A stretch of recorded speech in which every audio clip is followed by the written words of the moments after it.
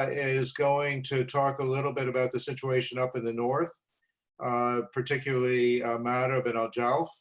And we'll also talk a little bit about the tribes and where the tribes are. Fatima, we hope, will talk about the south, also the Houthi military campaign, and more broadly. And Fatima can also cover the public health issues and the coronavirus in particular. And then we'll ask Ibrahim to wrap up with his comments, particularly about the political situation, the state of negotiations, where the UN is, the Riyadh Agreement, and what the Saudis are doing or not doing about the situation. So with that, let me turn it over to our three panelists and begin with Nadwa. Well, thank you for having me. So in January, Houthis launched a major offensive east of Sana'a towards Nahm, Al Jauf, and Marib. And after steady and quick gains, they managed to capture Al Hazm city, which is the capital city of Al Jauf, overnight and almost with no resistance on March 1st. The significance of this military move is that Al Jauf, well, of course, and now Houthis also are trying to push into Marib. And the significance of this military move is that Marib now is the last stronghold of the Yemeni government, and where the government has a strong tribal support in both Marib and Al Jauf. These areas, well, now Marib only, had been pockets of stability for the past 3-4 years of the conflict. Marib, the two areas, Marib, let me just talk about Marib now since Houthis have already taken Al Jauf. A lot of people have relocated to Marib. A lot of them are IDPs, but also people who fled Houthi prosecution or fled to Marib simply because it's safer than any other place in the country. Marib grew from 300,000 people to almost 3 million over the past 3 years. Al Jauf also experienced the same before the last displacement as a result of the Houthis' incursion into the capital city of Al Hazm. So I'll let Fatima talk about the Houthis' military strategy, but basically what Houthis are trying to do now in Marib, they want to capture Safir, which is the leading national oil and gas company, and they're not going to stop at Marib. If they seize Marib, and I'm not going to if they seize Marib, their next move will be oil-rich Shabwa.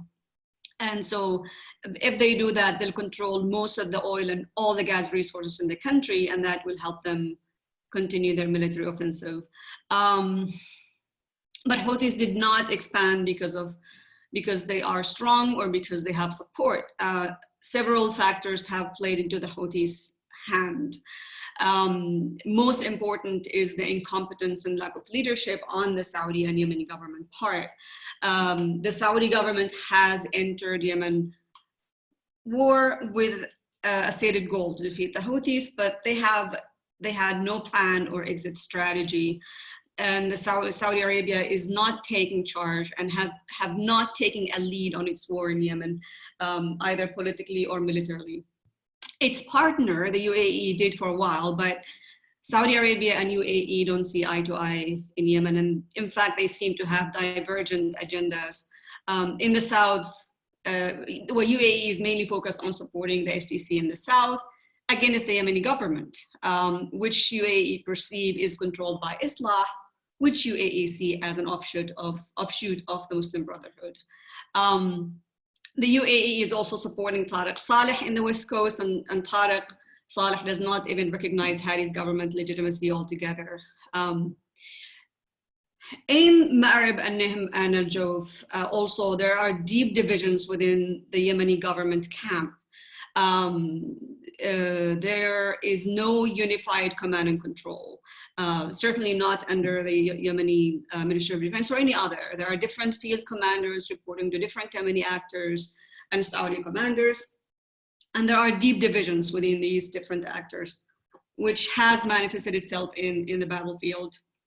and allowed Houthis to take Al-Jawf with ease and advance into Nahem as well. And as a result, of course, the military response, as a result of these divisions and lack of leadership, the military response on the government side has been reactionary, pretty much reactionary and defensive, which gave the Houthis the upper hand. The tribes have tried. They fought in Al-Jawf for 41 days, but they didn't get the support they needed. And there was no military machine behind them to support them or even lead the fight in a professional way. There has been also issues with lack of ammunition and weapons. I mean, Houthis are much more sophisticated than the different government forces. I mean, airstrikes aside, but other key weapons, the Houthis are much more equipped. So I'll just leave it right there. I'll just say one thing, that if the Houthis manage to take over Marib, it will be a major humanitarian disaster, and it will have serious implications on potential peace and stability in Yemen. So I'll just leave it right there, and I'll be happy to answer your questions later. Thank you, Nadwa. And let me now ask Fatima to come on and talk a little bit about the Houthi military strategy as well as the situation in the south. Hi, thank you so much, Jerry. Thanks, Nadwa, for that succinct summary of the situation in Al-Jawf. On the Houthi military strategy, it has been quite obvious that since the Stockholm Agreement at the end of 2018, the Houthis have chosen to fortify their positions and not, so sort of like that preparation that they've had for the city of Hodeidah, because they were waiting for a war in Hodeidah, have was a defensive strategy. They kept on holding these parts of the country. The Hodeidah, they solidified their hold over Sana'a. But after that, we have seen that they have shifted from a defensive strategy to an offensive strategy, and this has become their way basically since the Stockholm Agreement. What we have seen initially started with drone attacks in Al-Anad Air Base by the beginning of 2018 and 19. And then with the drone attacks, and then started after that the takeover of some of the neutral areas in Yemen, like the Hajur tribes, and also an offensive strategy on Al-Dala area, and sort of like the southern part of the country. Continuing to do so seemed to be in conjunction with what they said in terms of wanting to get some more resources from the oil fields in Shabwa, in also accessing more resources in the south of the country, which they believe that they have to have a share in. So they have continued to keep an eye on Bab al-Mandab throughout this. Their Dala' strategy, or the strategy to weaken al-Dala', to open multiple fronts in Yemen, all of that has been also unveiled recently in their Minister of Defense talk, where he basically said that no longer would Yemen be sitting defensively, or the Houthi forces will be sitting defensively, but they found that offense is their best strategy going forward. Of course, they're using this and they're upping their attacks all over the country, because they also feel that a peace agreement might be coming soon. So it becomes part of their strategy to try to get as much gain as possible before a UN-sponsored peace agreement takes place. So they're taking advantage of the current volatility in the Yemeni government of Yemen to also achieve these advances. So one thing that has played into their favor is definitely the conflict in the south of Yemen. and the instability that had caused for the government, and definitely that had deepened its weak image, and also the economic instability, as many of the fighters and the soldiers have been unpaid by the Yemeni government for a while. So the economic malaise has also helped in them, going and striking some deals here and there. Another important point is that there also, any areas that become somewhat marginalized from the government's control and attention are also areas that they seek alliances with. So certainly that played out in Nehem and also in Al-Jawf to some extent. And also they played, some internal divisions have also played into their favor. Definitely some alliances that they've had between some of the tribal sheikhs in Al-Jawf had led the governor of Al-Jawf to feel somewhat distrustful because his forces were subjected to multiple attacks, and ultimately the governor of Al-Jawf, Al-Akemi, felt that there are some betrayals among his ranks. So as Nadwa has earlier pointed to, is that the internal divisions that were happening have helped play a huge role in the fall of these cities, and Houthis regaining control over them. But I think they want to continue with their strategy, taking over Ma'rib and going to Shabwa. I think that with Al-Jawf, there were definitely some important lessons that the Saudis and the Hadi government had learned. And right now there is the battle to regain Al-Jawf. It's underway. If they successfully manage to enter Ma'rib, Al-Houthis signal that they don't want to enter it militarily, and that they want to somewhat strike an alliance with the tribes to do so. But I think that's mostly what some of their war tactics that they've used also before, which is they signal to the people that they are willing to talk with them as opposed to fight. But then if they're intent to that fighting and can happen overnight. So these are the things to be that one has to be wary of in thinking about the Houthis' expansions in Yemen. The other, the other thing is with the South and with the Riyadh Agreement and the implementation of the Riyadh Agreement, which basically nothing, like the major items in that have not been implemented. Neither the South still does not have a governor. The government, the ministries are not divided north and south as requested. So there are several hiccups with the Riyadh Agreement, and the last of which we've seen some accusations between the Southern Transitional Council and Saudi Arabia, where the SDC basically was held up in Amman in Jordan and was prevented, some members of them were prevented from going back to Aden. And these members are now in the United Arab Emirates.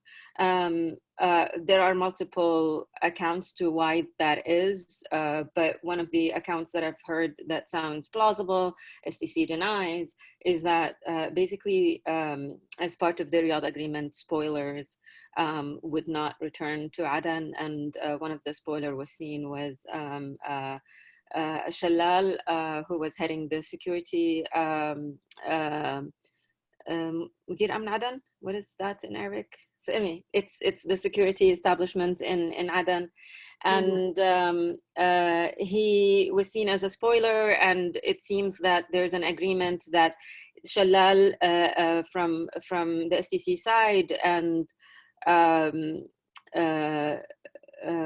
the other person is Al-Maysari, who used to be the Minister of Interior in Yemen, on the other side may not return to Aden because they're seen as quite damaging. In any case, I've tried to, both government and the SDC try to say that this is not the case, but we will see whether this is true or not. The final thing that I wanted to touch upon was the response to the coronavirus in Yemen. And I wanted to say that all parties of the conflict, the Houthis and the government of Yemen are working with the WHO for a response. The Saudis are stepping up their response as well. But I feel like they're almost providing an overly optimistic picture of how Yemen can handle this virus, and definitely more needs to be done. One of the concerns and one of the things that haven't really been assessed was the response of the people and the response of the people. It's basically no different than the response that we have had here in the United States. So there's a bit of a panic. There's a bit of shortages in terms of the medical supplies. So doctors in public hospitals might have some access because of the WHO assistance, but doctors in private hospitals are reporting a huge amount of shortages. Other smaller clinics, private clinics, are running low on sterilization. Dental offices had to close. Over 7 dental offices had to close because they don't feel that they have personal protective equipment that can help them or the patients. So, despite the awareness, despite the training that's going on, despite the efforts to provide quarantine, there's still a long way to go.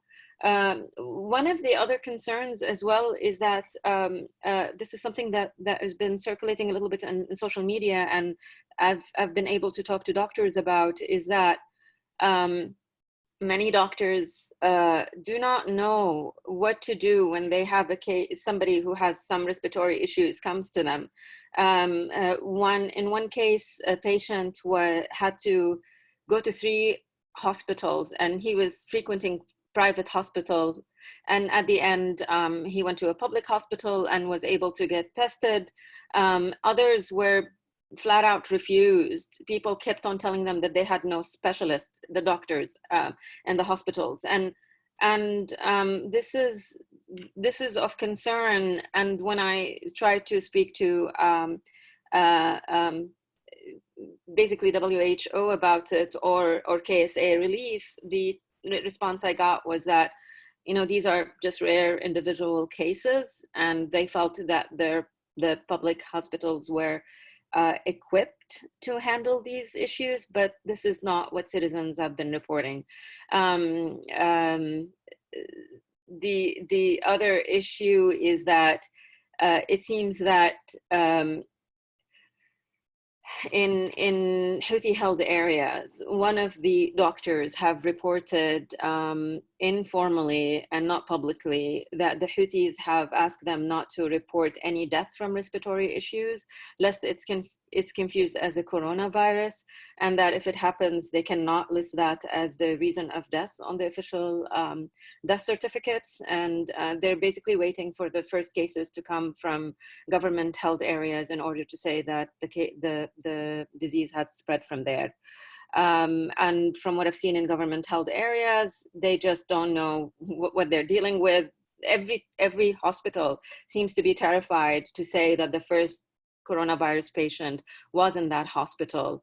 Al-Thawra hospital in the south of Yemen had some Pakistanis tested because they arrived on boat, and it was done under pressure from, I think, the community. And the 4 Pakistanis that were tested all turned out to be negative, but the hospital after that closed down for 12 hours for sterilization, which for me doesn't tell me that the hospital that is supposed to be prepared is really prepared to face this virus. So I think there's no early, there's no warning system. There's no specific team that could basically work on these cases, both in the north and the south of the country. This is something that would be desperately needed, to have this type of expertise and capacity to diagnose these cases. The Saudis are contemplating the idea of funding the WHO to have an early warning system, and also add, this was a bit too technical for me, but they've already learned from the previous pandemics that happened in Yemen, whether it's cholera or diphtheria, etc. But they're going to add some type of a questionnaire that will be not questionnaire.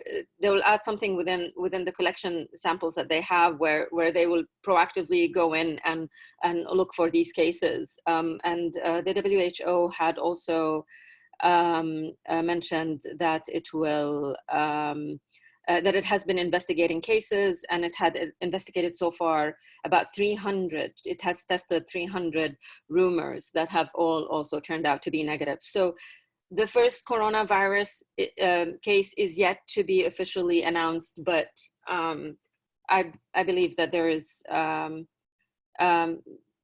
that there isn't really the capacity to know whether this is happening or not. I'll just leave it at there. Thank you. Thank you, Fatima. And let me now turn to Ibrahim to talk a little bit about the political and diplomatic tracks. Thank you to my colleagues, Nadwa and Fatima. I'll try to focus on the diplomatic/political track. So I think in February 2018, the appointment of Martin Griffiths as the third UN Special Envoy marked, a new stage for the UN in Yemen. In the past, it's been literally abiding by 2216 to an extent, but the Martin Griffiths, as a big power-backed envoy, has the Whitehall full support, vast of financial resources in comparison to Al Sheikh, like about 17 million as a budget for the office in 2019, as opposed to 6 million for Al Sheikh in 2016. And then the new changing global priorities. The world in 2018 was not like it was in 2015, and neither it is today. So in 2018, we had the offensive for Hodeida. The coalition has entered its third year of the conflict, and no major significant territorial change was achieved by then.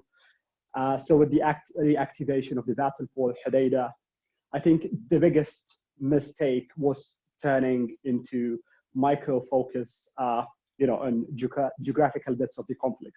Like, let's deal with Hodeida separately. Let's deal with Ta'iz separately and forget the rest 20 Yemeni governorates. So that led absolutely to increase of violence in the rest of, contested territories.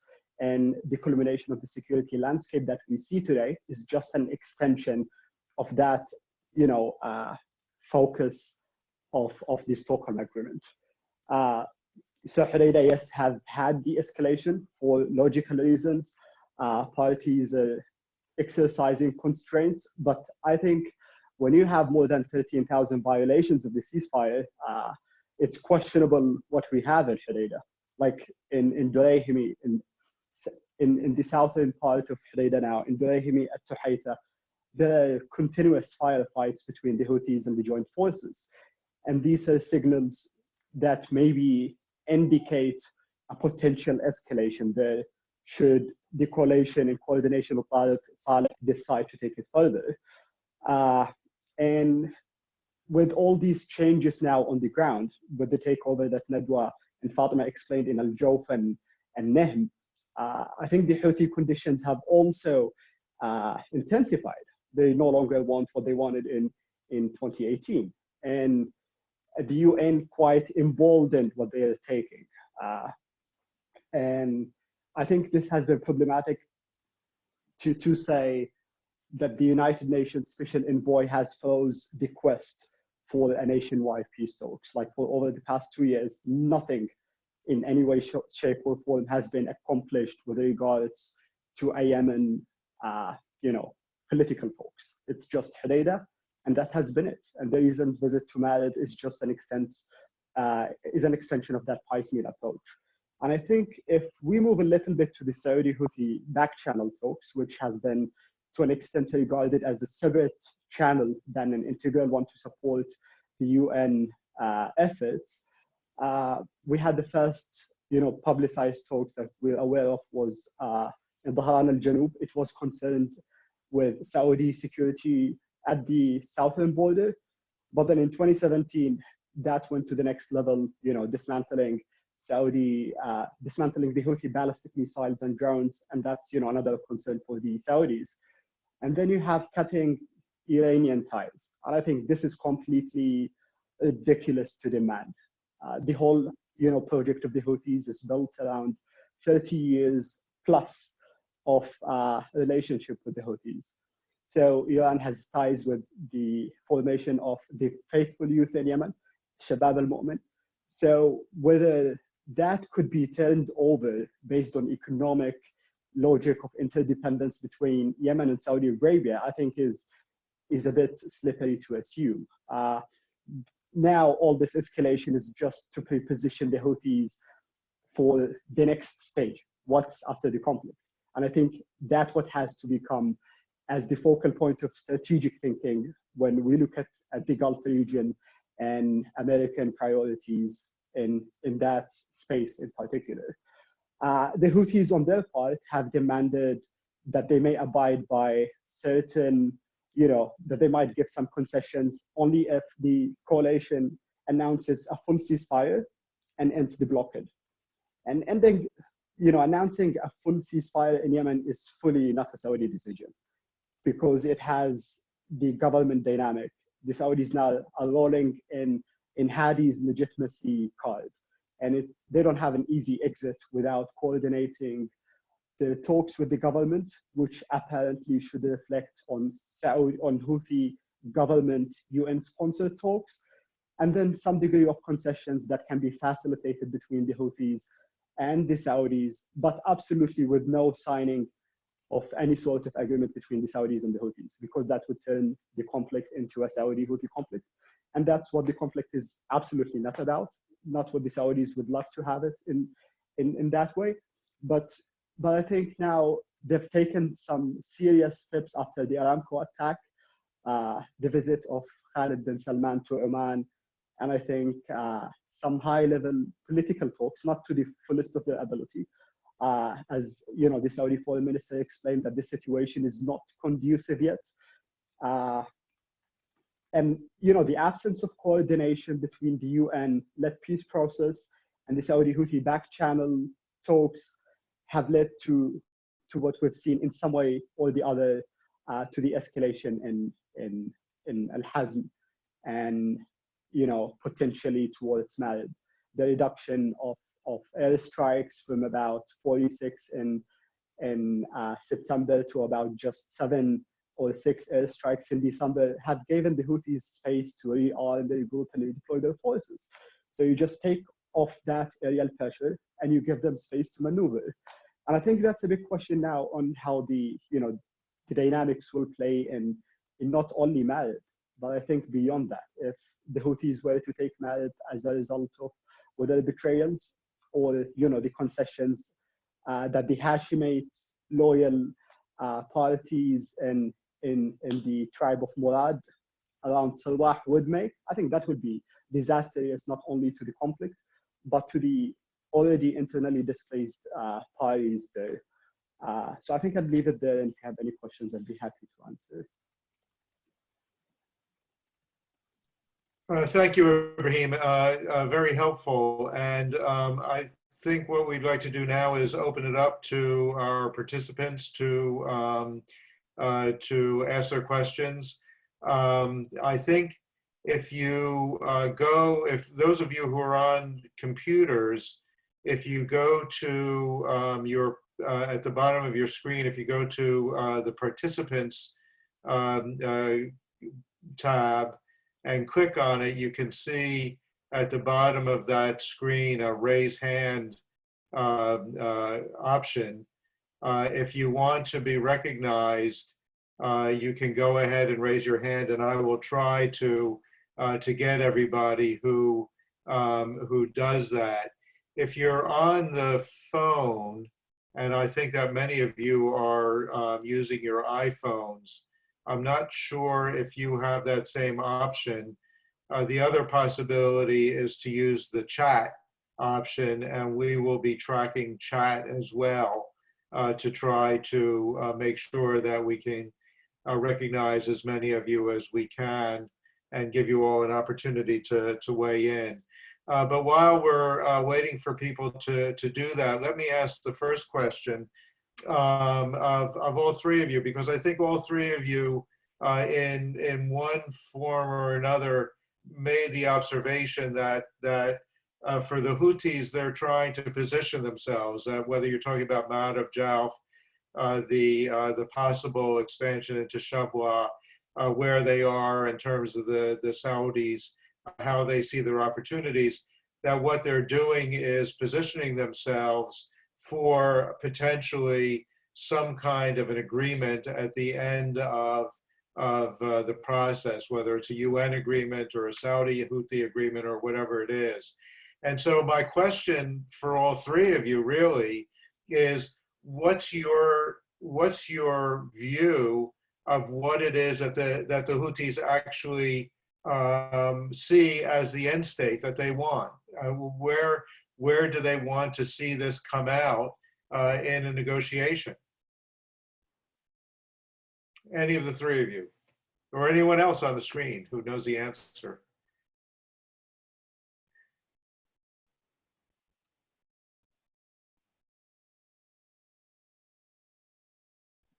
Hi. Well, I know my colleagues, both Ibrahim and Nadwa, have a lot to say on this, but we're all camera shy, perhaps. I would argue is that they're really not ready for negotiations at the moment. They really don't want negotiations at the moment because they have no incentive or reason to negotiate. The Saudis and the Emiratis are not necessarily on the same page. The Emiratis are no longer officially there, even if they maintain some presence on the ground. They are seeing the government of Yemen in one of the weakest moment. Even the Saudis are not necessarily having a lot of trust in Hadi's government. Also sort of like there is a bit of distrust in the Saudis from Yemenis who are supportive of the government of Yemen and of the Saudis. And the reason behind that is the Riyadh Agreement that was struck between, that the Saudi facilitated between the Southern Transitional Council and the government. And a lot of Yemenis, and especially those who are related to Islah, see it as a conspiracy theory to divide the country up. So, you know, if I was a Houthi, if I was in their shoes, I really have no incentive to negotiate at the moment unless there's international pressure to do so. And I think that's the only thing that they fear. Martin Griffith, the UN envoy, has been shuttling a lot between all of the players. Maybe, you know, they want to have a plan B in case that there is a discussion tomorrow, in case there's a peace talks tomorrow sponsored by the international community and the United Nations, that they have, and that they consolidate power and have as much territory as possible in order to have the upper hand in the negotiations. But yeah, if I, you know, I mean, from their perspective, and, you know, realistically, they've somewhat won the war. They have territorial control. It's very difficult, you know, for both the Saudis and the Yemeni government to maneuver against them. They're there on the ground. So why would they do this? I'm gonna volunteer Nadwa to go next. Okay. So, But before we turn to Nadwa, I'm advised by our technical people that those of you who are calling or who are watching on iPhones, if you hit *9, you can raise your hand. So *9 for those who are on phones. But yes, let's go to Nadwa next. Yeah, I completely agree with Fatima, and I don't think Houthis would stop even if there is a political settlement and they get political. They do want political recognition, but even if they get political recognition, either through their talks with the Saudis or through the UN envoy mediation, Houthis are not going to stop at anything short of taking over the rest of Yemen, including Aden. They're very ambitious militarily, and they think, and they've been saying this in their media, official media, they plan to go back and take Aden again. And they're not, and there's nobody, exactly like Fatima said, nobody seems to want to stop them or to be focused on stopping them. So unless they're militarily weakened or stopped, they're going to keep going. Okay. So far, I have to ask questions: Kyle Thetford, Rasha Jarhum, David Ottaway, Alana Delosier, and Dan Serwer. So let me go to Kyle first. Hi there, yeah, Kyle Thetford, Middle East Programs at the Atlantic Council. I think picking up maybe on those 2 points, I'm just curious to ask about what could stop the Houthis then from taking, for example, Ma'rib? Are they just gonna, because as I understand it, militarily speaking, they have the cards.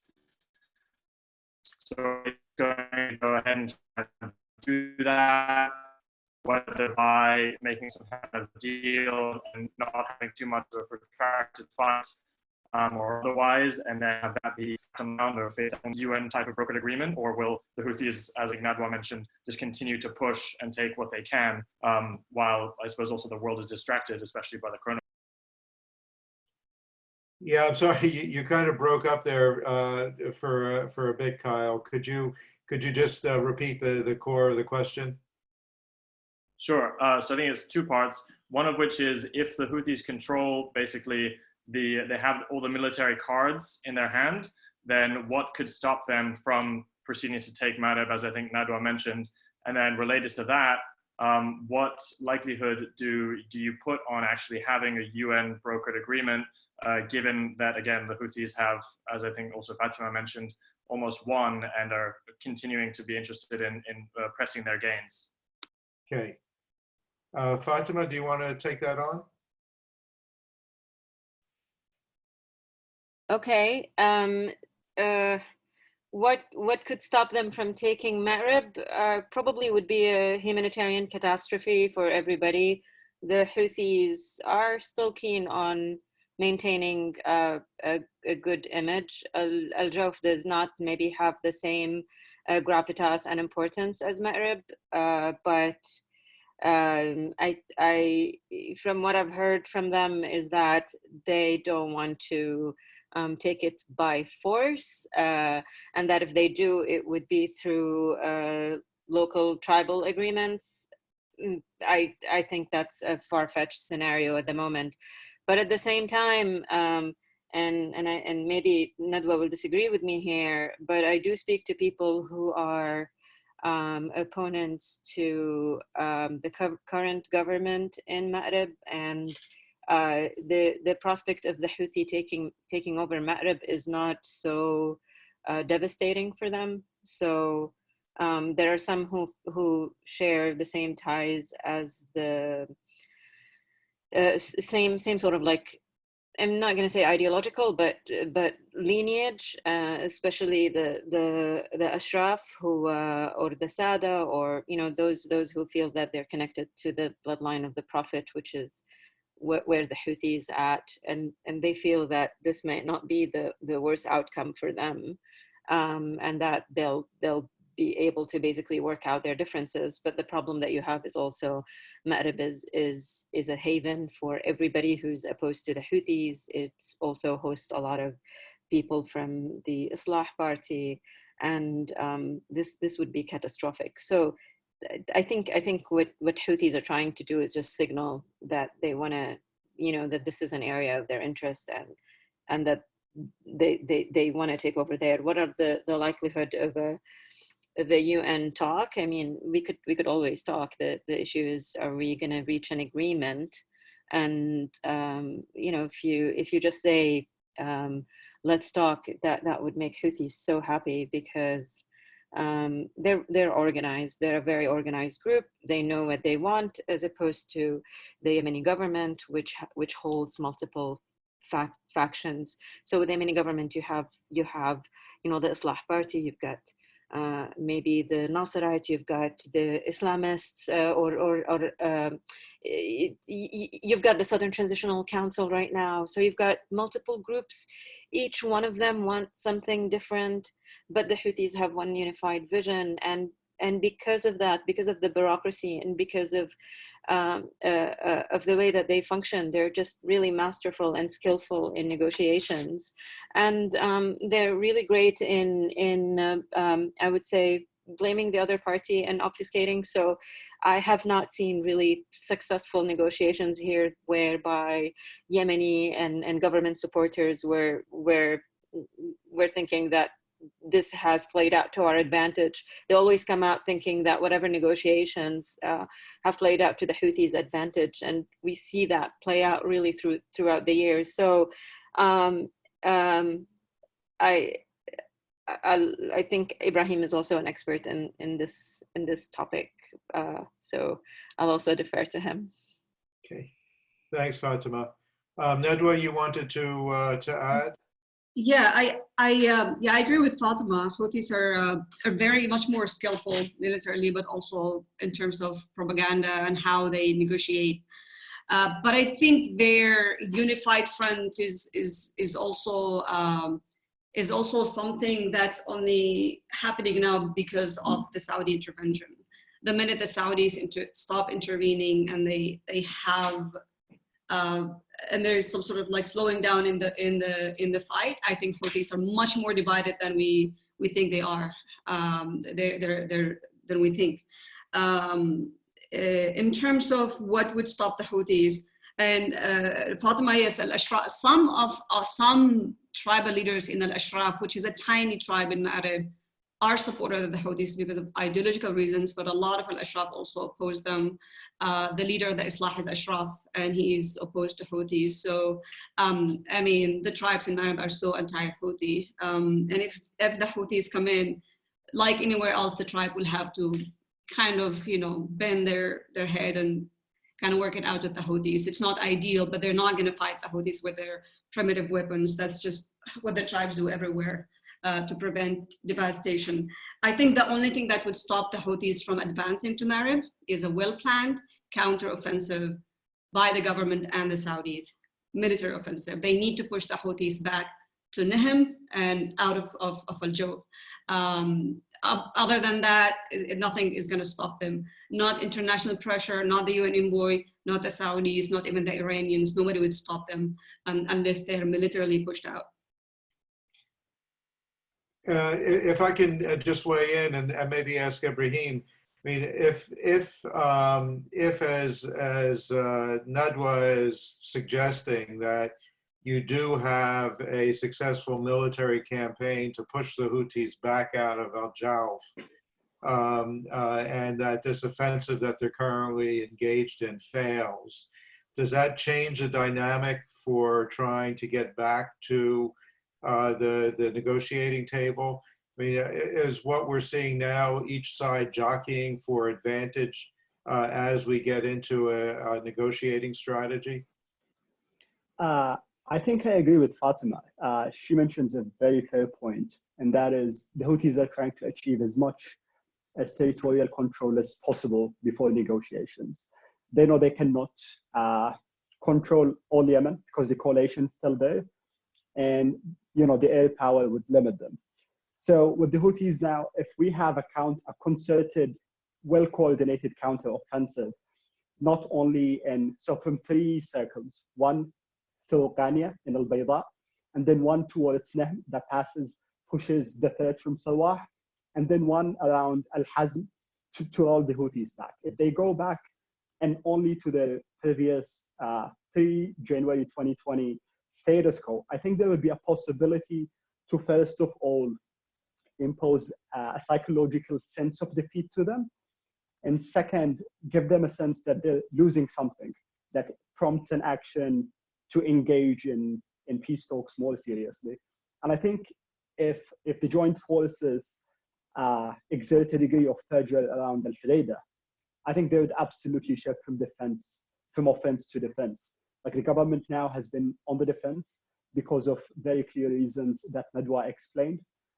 Divisions, fear of Islah, in cohesive leadership, corruption, failure to pay salaries, all of these reasons have been there for years. So it is just giving us full light of what's happening. So only if they roll them back, then yeah, they would have an incentive to engage in peace talks out of fear. Okay. So Martin Griffiths have to just pop up after. Okay. Thank you, Ibrahim. Let me now turn to Rasha Jarhum. Thank you, everyone. I really appreciate this great panel and hosting and featuring these amazing political experts, Yemeni political experts. I've enjoyed this discussion so far. I just have few questions. We know that the last quarter of last year, there was diplomatic efforts between Saudi Arabia and the Houthis, especially in Oman or facilitated by Oman. All of that deteriorated. I think mainly I will attribute the reason to Soleimani's killing when the Houthis went full-scale attack again and expanding. Now we are also seeing that the US is also leading efforts specifically to stop the aid for Houthis. And frankly, this was a postponed step. This has to it should have happened in the beginning of the war, with all UN and NGOs moving out of Sana'a and not having the decision of humanitarian aid to be in Sana'a. So I want to link that also with the diplomatic efforts and how it is also challenged by the COVID crisis right now. How are they going to do any kind of diplomatic meetings to facilitate any peace? I mean, we know that Mr. Griffiths is connecting with Houthis via Zoom, which is we're using now cyber mediation, I guess. But given all of these dynamics, how are we seeing what would be the scenarios in terms of diplomacy in the coming few months? I will leave that open to the three of you. Thank you. Ibrahim, do you want to take the lead? All right. Thank you, Asha. You mentioned 3 good points. I think what could come onwards, it's not really, so the Houthis do not, in any way, shape or form, hesitate to sign any agreement. They've signed plenty of agreements over the past, 20 years, and they failed to abide by anyone. The most recent was just Stockholm, or the Peace and Partnership Agreement that they imposed on the government in 2014. So what could come next, I think Martin Griffiths has to recalibrate his current approach, focus on Yemen as a political entity rather than focus on, Hudaydah, Marib, all these individual geographical regions in coordination with the Saudis. And the Saudis, I think, will have to coordinate the back channel talks. I mean, they have legitimate national security concerns, but they also have implications on the peace process. If they go in isolation, they increase the risk of entrapment to the government, which allows, the government, as Fatima clearly made, is a set of bureaucratic or, political parties that have competing visions. And that's exactly why Islah is behaving in very insecure ways that backfired on the battlefield. So a coordinated, inclusive peace process, the STC will have to come as part maybe of the government delegation as part of the Riyadh Agreement. Should the government be formed, that absent, I think it will be problematic. Previous peace references, 2216 and all these, for now, the government and the Houthis, so they'll need a political layout from that technical aspect, but they should be part of it to prevent further, spoil over in the south. Okay. Thank you. And let's turn to David Ottaway.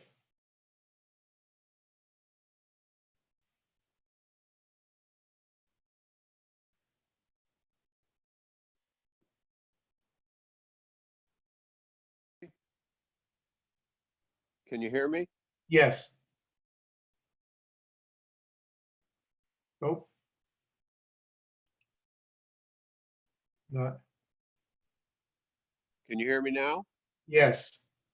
Okay, good morning. My question is, since the UAE is pulled out of Yemen, what's happened to the STC? Is it now much weaker?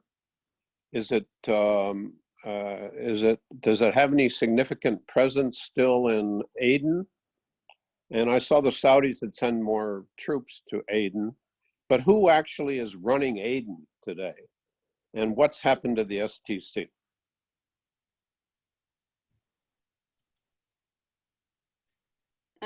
I can take that. Yes, the SCC is still in Aden. It's still according to the Riyadh Agreement. Even after the UAE has pulled out, the Riyadh Agreement, the government has agreed that local forces will be governing their areas. So what that means is that the already existing forces are just, and this is something that basically the SEC quite liked, because it meant that their forces will continue having control over the city. But that's just being challenged by government loyalists on almost a daily basis. So the SEC is pretty much there, their leadership is there, there are recognized. They have not really previously played a huge role in delivery of public services besides besides basically policing the area and conducting counter terrorism measures and defending from Al-Qaeda attacks, etc. They continue to play this role more or less, but I'm seeing recently a more emphasis a bit on governance and on supplying services, which was not what the STC was about prior to the Riyadh Agreement. So they're still there, they're still alive and well. The UAE still supports them. So and in some way, the UAE has not completely pulled out. It has pulled out of the northern areas. It did not really have a huge presence in any way in the south, even when it was involved. It had a few commanders here and there. So when we heard of the withdrawal, we weren't really sure what was that all about, because ultimately it just had operated through a strong relationship with the security belt forces and the STC. So the UAE is kind of involved remotely, same way that Iran is involved with the Houthis. Thank you, Fatima. I now have Alana Delosier, Dan Serwer, and Maria Davidenko who have questions. So Alana, let's turn to you. Hi, everybody. So Elena Delosier from the Washington Institute. I wanted to make a couple of comments and then also ask a couple of questions. So first of all, to Nadwa, I'm wondering if you had heard that actually it wasn't the Houthis that started the Nihim stuff, but rather the Hadi government. Folks who were on the ground at the time suggested the Hadi government was actually really gunning for Sana'a in the days leading up. And there's some statements to that effect. And then suddenly their narrative changed afterwards when they lost to say, oh, the Houthis started it. Both sides were ramping up. And so there's, and honestly, at some point it might not matter. But I just wonder if you had kind of heard that narrative and what sort of weight you put behind it. On Marib, I just wanted to ask, maybe Nadwa, maybe Fatima, I'm not sure who, but I'm wondering what you think the chance of a Marib agreement with the Murad tribe is. I was told the Murad tribe was in Muscat recently to talk to the Houthis. I can't confirm that. I'm wondering if you guys have heard that as well. But my understanding is that there's a lot of folks in the north who do think, like you said, Fatima, that the Houthis have, you know, quote unquote, won the war, and they're starting to sort of position themselves in various arrangements to make sure that maybe they get on the good side, or at least get on the non-aggression pact side of the Houthis before it's too late. And then my last comment is just on the STC. I agree with everything Fatima said. I would just suggest that one thing I've heard recently is that the STC and the Saudis are actually not talking anymore at any of the 3 levels of communication that they have. And the Saudis had made a big push in February to get the STC to do a couple things they weren't comfortable with. And now the STC's main goal is to try to get their leadership back to Aden, which is not being allowed, not only Shalal, but also Zubaydi and others. So I guess, and then I just throw it out to the group if anybody has any comments on sort of what we think the Saudi goal is from this point forward, or even what the Houthi goal is. I mean, if the Houthis were able to find some arrangement to take Marib, you know, then what? Do they still go to talks with Martin or is that just off the table? So anyway, lots of kind of random ideas. I leave you all to pick and choose what you want to respond to. Thank you. Okay. Who wants to start? Nadwa? Yeah, thank you, Ilana. Nice to see you. Your 2 questions just proved to me how powerful Houthis disinformation is. They really are amazing at this, and they've learned from the best. They're using exactly the same tactics that Iran is using in terms of pushing some disinformation and actually making it believable. It's absolutely false that the government started in Nahim, and that's for several reasons. One, the Houthis had been sending reinforcement to Nahim for months before they launched the offensive. Second, one of the reasons why Nahim in particular fell very quickly was that front line was extremely neglected by the government and the coalition. There were a few hundred soldiers there. Many of them have not received salaries for months. So they were not prepared for fighting. That front line has been pretty much inactive for years. And so they did not anticipate the offensive by the Houthis. I mean, people had been talking about Houthis sending reinforcement, but nobody expected them to do this this offensive. Again, in terms of Murad tribe, the disinformation is that Houthis are striking a deal with Murad tribe, and let me tell you, Murad has lost 2,000 men fighting the Houthis. They're not going to strike a deal with the Houthis just like that. Tribal leaders it is in the tribal culture, they talk to everybody. If you are in an event or a meeting where there are Houthis and tribal leaders together in the same room, they'll talk to each other respectfully. It's just the culture. So I wouldn't be surprised if there are some tribal leaders in Oman. I'm not aware of anybody from Murad who's in Oman. It could be a complete disinformation. But Murad remains one of the tribes that is extremely anti-Houthi just because of Houthis, the way Houthis disrespect tribes everywhere, but also because they've lost so many men trying to stop the Houthis from taking over their areas. Okay. Ibrahim, Fatima, anything to add? Go ahead, Fatima. I agree with Nadwa actually, and I just wanted to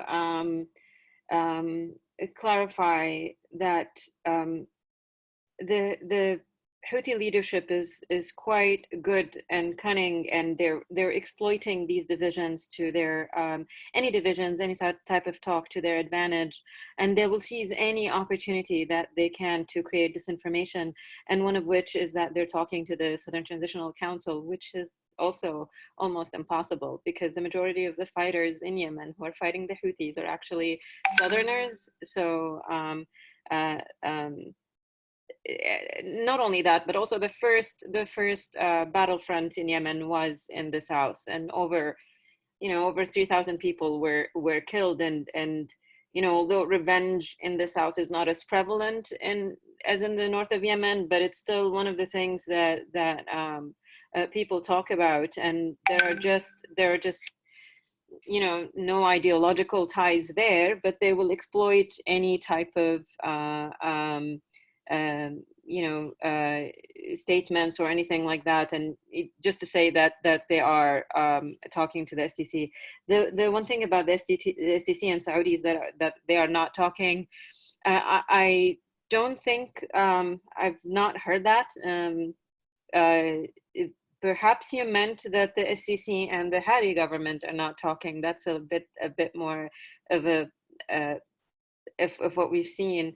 The government is really not fond of. No, I meant the Saudis and STC talks have broken down. They're talking not face-to-face meetings, but I'm aware of some phone calls between both as they're trying to resolve the misunderstanding of the holdup between the holdup of the Yemen delegation in Amman. So there is some talk. They're both keen on coming to an agreement. If you've seen also the Saudi's ambassador tweet last week where he has condemned his Yemen government's forces incursions on the south of Yemen, saying something to the effect of, we have an agreement that you all have to try to respect. No, that the Saudis are not taking any type of, they're flexible, they're not taking any type of ideological position, or their feelings are not hurt by this somehow, all of this talk. And they really, if they sever this relationship with the STC and are unable to talk to them, that would mean that they're probably talking to the UAE, but at the time being, I don't think, as far as I've heard, there's no friction. And as 2 days ago, I've heard about some calls between the Saudis and STC. So I don't think that would be accurate, that they're not talking. Okay. Thanks. So I now have Dan Surwer and then Maria Davidenko, and we have a phone caller, 615-364-4150. So let's go to Dan now. This question is coming from somebody who doesn't know Yemen well, but a lot of what you've said today makes me think that if the Houthis are reasonably successful in the north, that the unity of Yemen would be at risk. Can we try to think past the immediate conflict, and can I ask you to speculate on what would keep Yemen together and what would make it come apart, and which is more likely? All good questions, Dan. Fatima, you want to go first? Yes. You have no idea. This is actually a really important question, and it's something on the mind of the Southerners quite a lot, and the issue of unity. First of all, just to explain that regardless of UAE's intentions and motivations, and this is actually something I've mentioned to you as far as 2013 when I was doing my conflict assessments in Yemen, and I had to reach out to you about that. But what I've seen is that at that time there was just a desire for disunity, And the Southerners did not want to continue in this path. Now that they have a regional powerful ally like the UAE, they're seeing this vision crystallize and the possibility that it can come true, because they have an army right now, a really strong army, and a experience in warfare. But what they don't have going on is that there's zero sympathy for this secessionist project all over Yemen. Definitely not in southern areas where the population is a tad bit less than the north. And if the Houthis manage to solidify their take on the north, what scares the southerners is that there's going to be a new civil war, which will be even more catastrophic than what we're seeing right now. As of last week, a pro-government camp attempted to take over Aden, which is really bizarre. As of 2 weeks ago, another pro-government camp announced that they are ready and prepared for a battle in Aden in the south. All of this is sort of like proving to the majority of the Southerners and the SDC leadership that the South is just seen as an annex or even as a booty. You know, this is sort of like the mentality that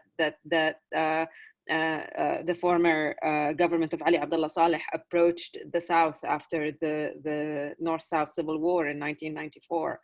So there's a bit of trauma for that, and there's a sense of, oh my God, this is going to happen again.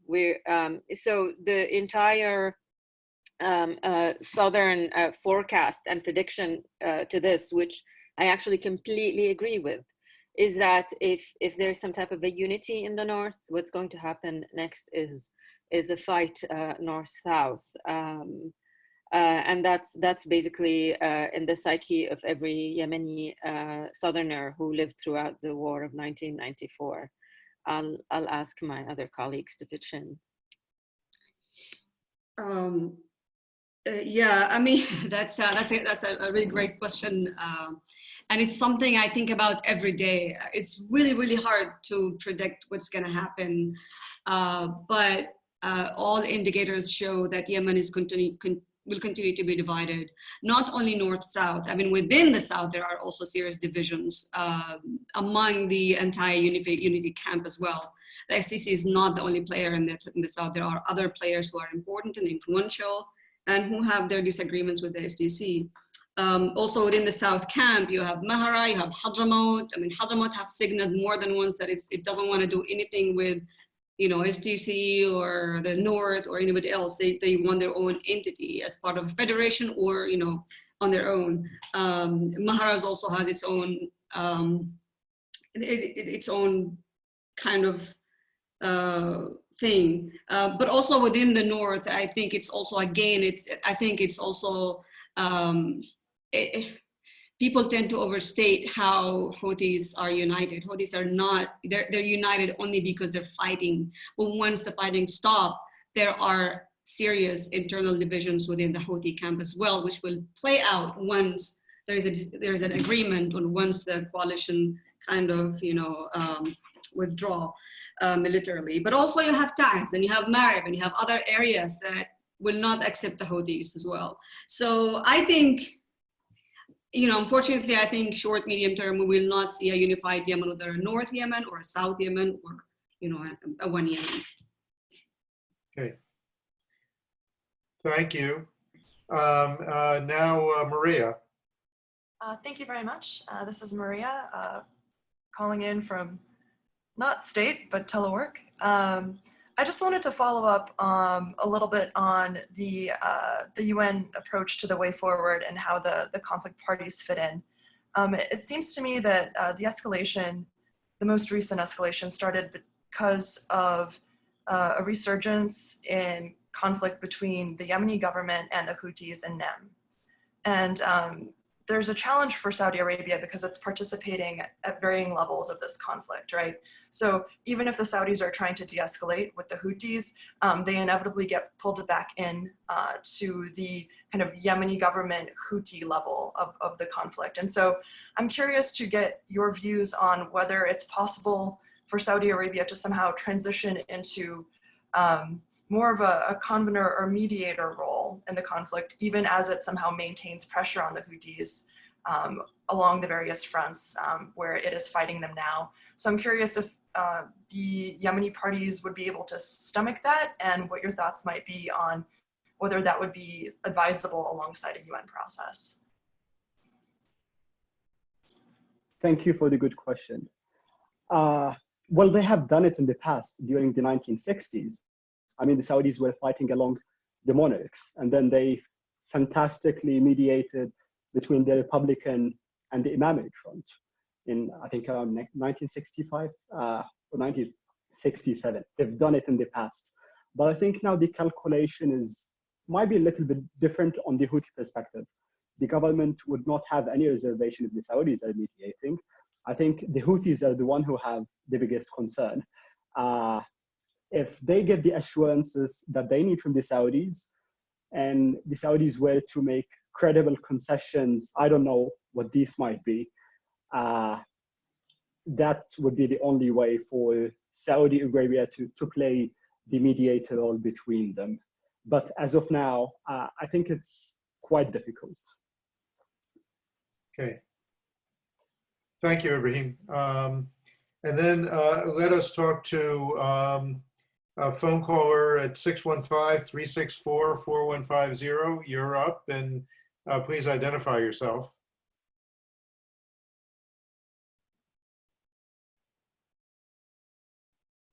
Hello? Hear me? Yes, we can. Hey, this is Avram calling from Telework as well. I just wanted to ask a question, which I know Nadwa has written and tweeted on, and I'm sure the rest of the group probably has feelings about as well, which is we've seen a lot, as you noted, of Houthi efforts to consolidate in central Yemen.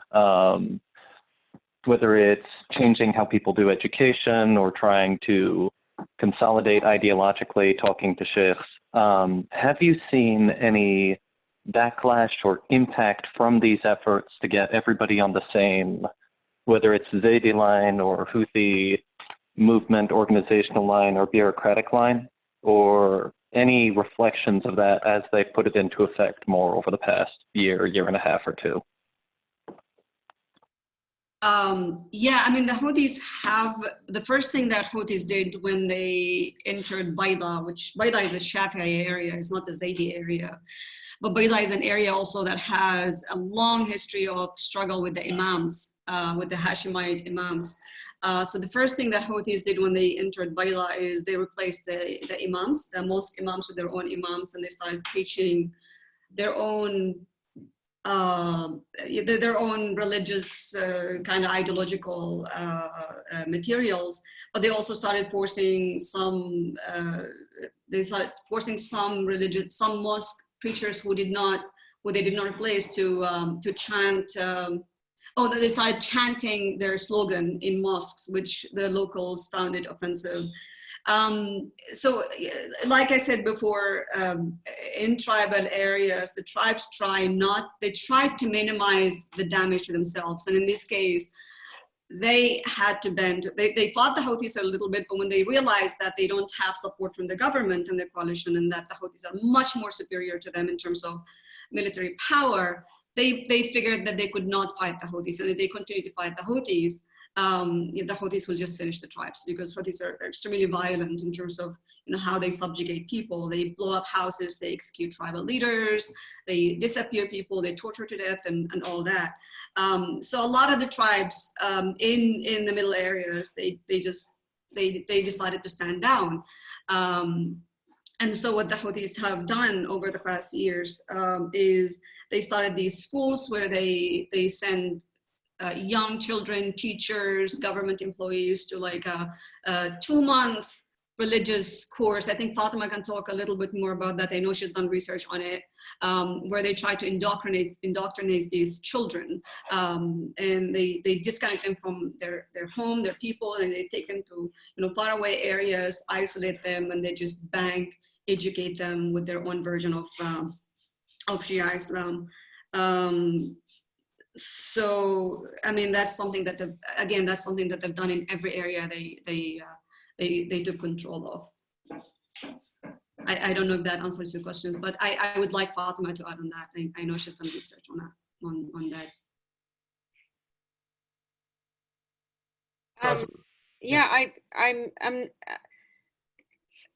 I'm not quite sure. I'm not quite sure what the question was aiming at, but yes, there's pushback from the community. People are fed up from the indoctrination. People are fed up from what is being forced.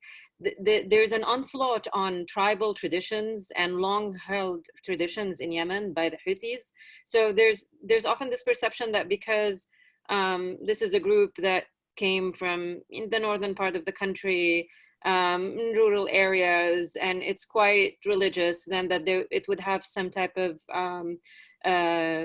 likability in the places where it governs. But the situation couldn't be further from the truth. Even the people who initially supported them are waking up to this idea that, wait, we're being used as pawns. And some of the indoctrination issues is that, you know, it's being taught in summer camps and to a huge extent in also official educational documents, that the Houthis are Ahl al-Bayt, and that means they're from the household of the Prophet, and that they're revered, and because of that they have certain privileges that are awarded to them as opposed to any other person who is non-Hashemite, and this is becoming extremely offensive to a lot of people who don't buy into this ideology, but they see their children and grandchildren that are buying into this. So it's a difficult battle for a lot of the locals. The other thing, you know, for example, there's an all-female fighting force called Zainabiyat. This has never been the culture in Yemen, but this female police force that they've had allows the Houthis to penetrate households, understand what's going on even on the household level. So, you know, when any woman can just knock on the door and just comes in and asks questions or looks at cell phones of people there, understand who is with the Houthis, who's against them. Over 60 women have been activists. A lot of activists have been held under prostitution charges. And then you've got, you know, no one is safe. Opposition is not safe. Their former allies from the General People's Congress have been, you know, there've been mass arrests for them after Saleh's death. But you know, after that, one of the things that we have seen was, you know, the brutal arrest, but the recent arrests of parliament members and execution orders by the Houthis, kangaroo courts that continue to sentence people to death, including Hamid Haidara, who is Baha'i of faith. A lot of people who are of Baha'is of faith, other minorities have been captured. This just was not what Yemen was. So people are waking up to a new Yemen, to a very strict Yemen, to a very militarized Yemen. The one thing that actually really scares people down to the household level is the recruitment of their children into fighting. So one of the things that had happened in Sarwah, where as the Houthis are trying to push into Ma'rib, is that they have come in and spoke to people who are somewhat loyal to their cause and not aligned with the Saudi-led coalition, and talked to a group of them, a large group, and told them that they will take them to a cultural tour up in Saada. And those people who were taken to the cultural tours were given guns and asked to fight overnight. And they were just simply entrapped. So you hear a lot of violations like this, and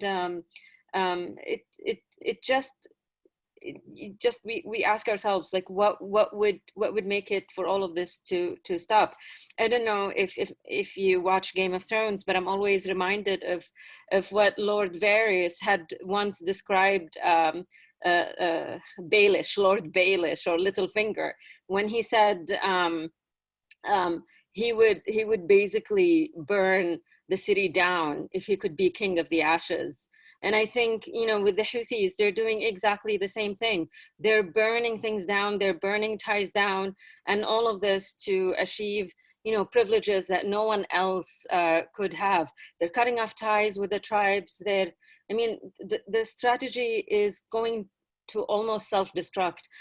My point of view is that if you get the Saudis out of there, maybe some alliances will happen, but people can't, you know, I mean, the real people believe that they will be able to defeat the Houthis if things calm down, because Houthis' main ammo right now is that the Saudis are attacking us. But what scares them is that without the Saudi involvement, they will be neglected, because what we see right now is that there are cities that are being hit by ballistic missiles. These are Yemeni cities that no one talks about them. So they think that, wait a minute, if the Saudis go, we're going to be meeting the same fate. In fact, you know, the incursions that are happened in Al Jawf and the volatility of Ma'rib happens at the time where the Emiratis have withdrawn its Patriot missile systems from Ma'rib. So the withdrawal comes with consequences. The one that, you know, I mean, everybody cheered. Now the same people who cheered the withdrawal are thinking, you know, this might not have been the best move, because it just signaled that it's a free for all and Houthis could just advance unconditionally. Sorry if I took too long. You know, thank you, all of you. And let me ask one last question. I think everyone who's wanted to ask a question has had that chance. So let me close out with just to follow up, Fatima, on your point, and perhaps Ibrahim also to weigh in, or Nadwa, and that is that there's long been a view, rightly or wrongly, that if there were a reduction in regional tensions between Iran and the Gulf states, especially between Iran and Saudi Arabia, that might open up the aperture for some kind of progress in resolving the civil conflict inside of Yemen, without getting into a debate about whether or not the Houthis are proxies or not proxies of Iran, that the Iranians might be helpful if they chose to be in seeing an end to this conflict.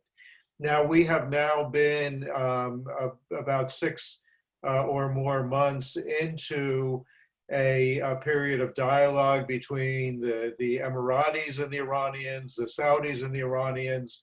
The Emiratis were one of the first to send relief supplies to Iran because of the coronavirus epidemic there. And so I guess, you know, Ibrahim had made the point early on that some of the escalation of violence that we've seen inside of Yemen followed very closely on the heels of the Qasem Soleimani assassination.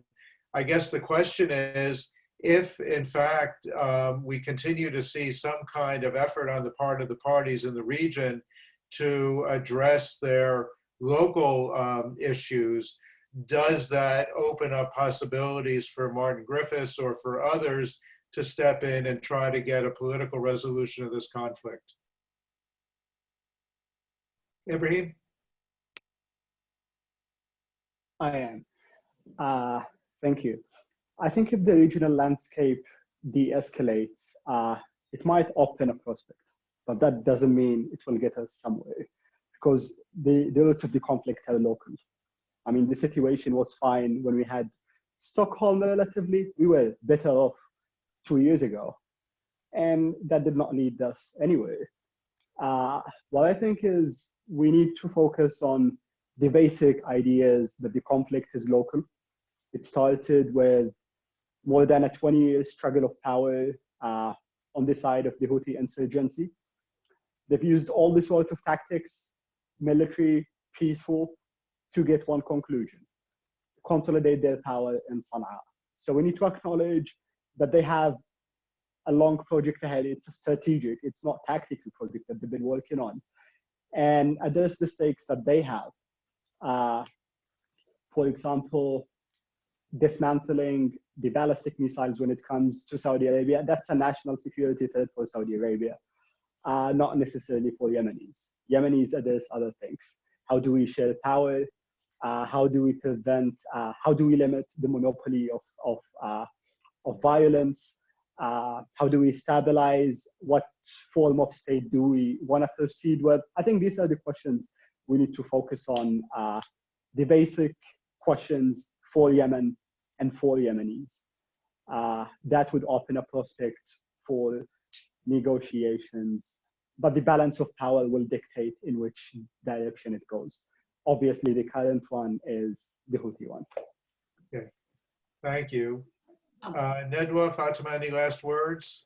Okay, Fatima, go ahead and say after you. Okay. I'm sorry.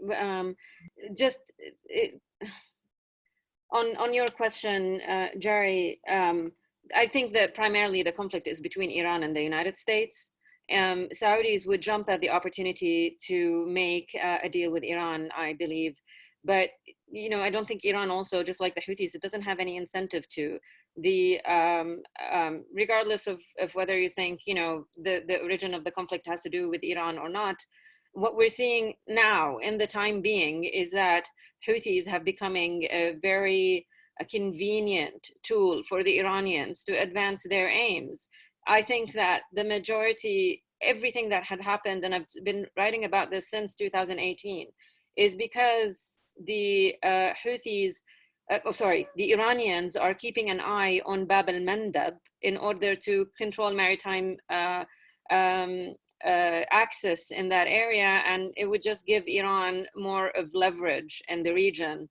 So I think it would be just quite you know, naive to disconnect Iran from the Houthis, and especially at this time where the Houthis are upping their rhetoric and saying that they are axis of resistance members. They see themselves as members of a Shia transnational network that exists there to improve the Islamic Ummah. Even with the response to the COVID-19, they're copying exactly the same talking points as Iran, where Abd al-Malik al-Houthi is saying, you know, that this could be a USA manufactured weapon. So they're mimicking and supporting each other in this global, to support the global and regional vision of Iran. And we cannot not see this anymore, and especially when they're saying that to us on a daily basis. So I'll just leave it there and hand over to Nadwa. Okay. I agree with both my colleagues. I think two things. One, I think, again, I completely agree with Ibrahim. I think it's important to realize that Yemen's conflict, the Houthis, is Yemeni in the first place. Houthis' alleged grievances date back to long before the Iranian Revolution. They believe that the 2062 revolution in Yemen has taken away from them their God-given right to rule as the Prophet dynasty. They believe in that. They preach that. It's in their materials that they educate children on. It's what motivates them to go and fight. So even if the Saudis and the Iranians agree, they're not going to give up that. And the second thing also, I think it's a mistake to say that Yemen's conflict can only be resolved peacefully. I think a peaceful resolution right now will only, one, give Houthis political recognition without them actually earning that political recognition. In other terms, it will incentivize their violence, but also it will prolong Yemen conflict long term because it will create all these other grievances as a result of recognizing the Houthis. So I think it is important to weaken the Houthis militarily, to kind of force them to come to the negotiation table and negotiate in good faith, which they haven't done before. How that's going to happen with weak leadership, I don't know. I think, you know, the Saudis need to step up their game and work with the Yemeni government and execute a strong military come up with a military strategy and execute a strong military offensive that will push out the Houthis far enough, not all the way to Sana'a, but far enough to force them to come to the negotiation table and actually agree to kind of work out a solution that's fair for them, but also for everybody else. Great. Well, thank you so much. Special thanks to Nadwa, to Ibrahim, to Fatima for taking this time to be with us today. I think it was an extremely useful opportunity to really look at the broad range of issues that are confronting Yemen right now.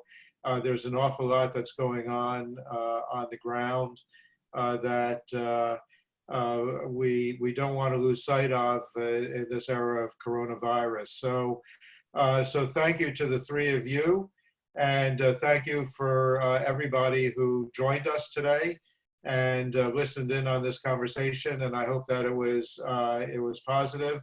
It has been recorded. It will be available online on the MEI website if you want to go back and take another look at it. So thank you all, and we'll be hopefully seeing you on our computer screens again in the near future. Thank you. Thank you.